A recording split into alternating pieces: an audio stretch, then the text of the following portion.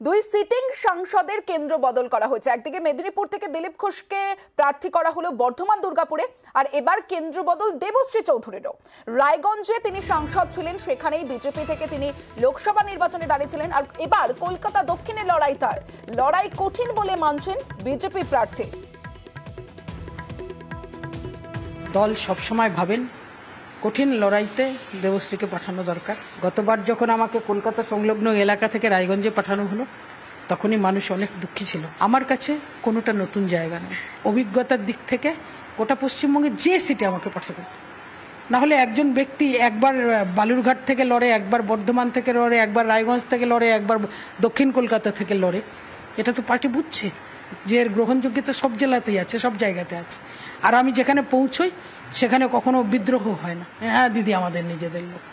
ওই দক্ষিণ কলকাতার একটা মানুষকে আপনাদেরকে জানিয়েছেন যে ওরা অসন্তুষ্ট।